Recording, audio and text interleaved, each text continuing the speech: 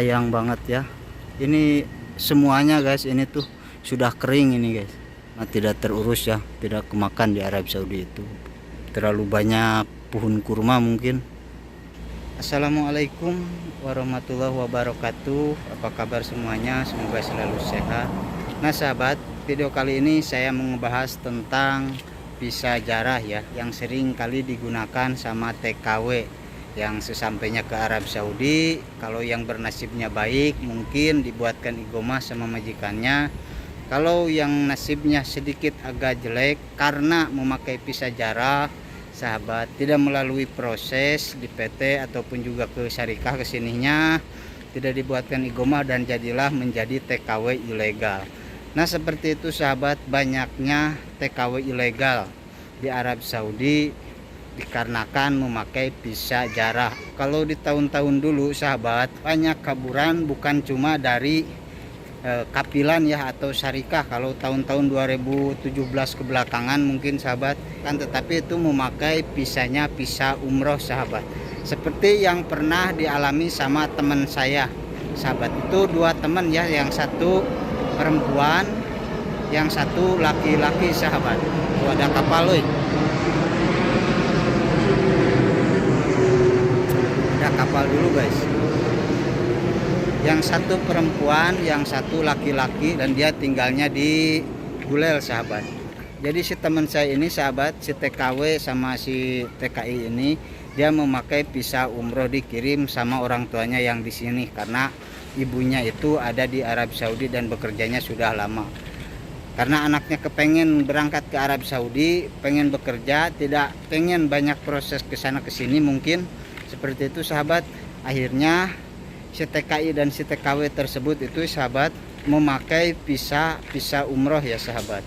Jadi tujuannya umroh, sesudah umroh mungkin dia langsung kabur atau diambil sama orang tuanya, seperti itu sahabat. Seperti kejadian-kejadian sekarang itu tidak jauh beda seperti dulu ya sahabat, memakai visa umroh lalu kabur, dan sekarang memakai visa jarah.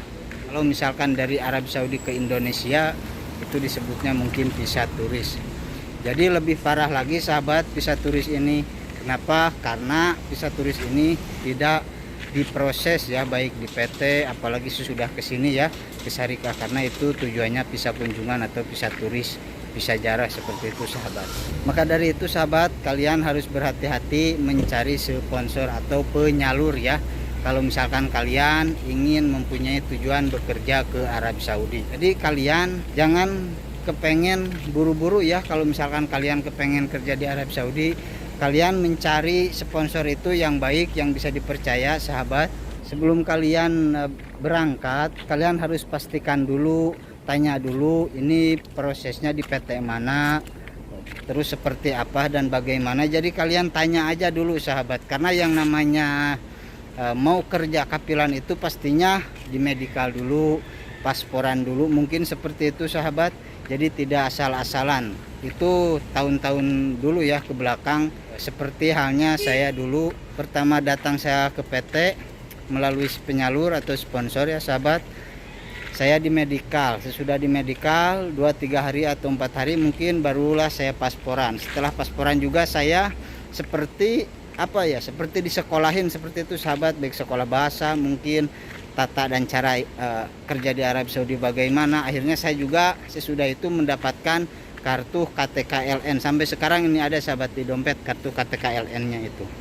Dan di kartu KTKLN tersebut sahabat ada nomor paspor juga ya sahabat. Jadi seandainya paspor kita hilang ataupun bagaimana, jadi kita bisa melihatnya dari KTKLN ini. Jadi nomor paspor kita itu sudah tercantum di situ sahabat.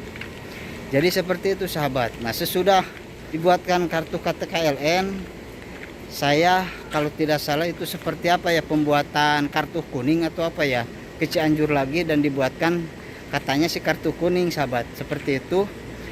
Sesudah itu juga saya sebelum terbang sahabat, mungkin 2 atau 3 hari lagi saya mau terbang, saya juga harus medical lagi. Kalau bahasa di PT kalau nggak salah nih dulu menyebutnya itu di rekom, katanya seperti itu sahabat. Jadi banyak sekali proses itu ingin menjadi TKI yang resmi itu sahabat ke Arab Saudi, atau menjadi TKW juga mungkin sama seperti itu. karena satu PT itu juga saya banyak teman ya TKW dari Cianjur, dari Sukabumi, dari Majalengka juga waktu itu ada sahabat. Jadi bukan sedikit calon TKI atau calon TKW yang waktu itu bareng sama saya, dan prosesnya juga sama, waktu pasporan, waktu medikal juga para TKW bareng sama saya sahabat. Jadi seperti itu. Jangan asal-asalan menurut saya. Kalau kalian ingin mempunyai tujuan bekerja ke Arab Saudi, sebelum kalian berangkat, terlebih dahulu kalian harusnya tanya dulu ke orang yang udah tahu ataupun juga ke sponsor bagaimana prosesnya, seberapa lama, terus apa saja. Jadi kalian harus nanya secara detail sahabat.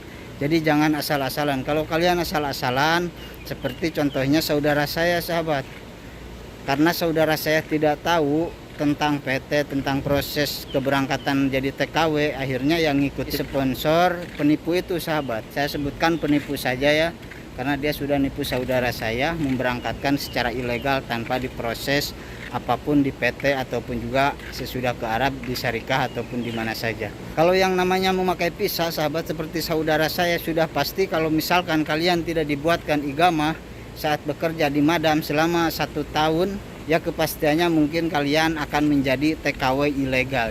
Jadi banyaknya TKW ilegal itu bukan hanya kabur dari syarikah atau dari kapil ya sahabat. Dari keberangkatannya pun juga banyak TKW yang tanpa diproses.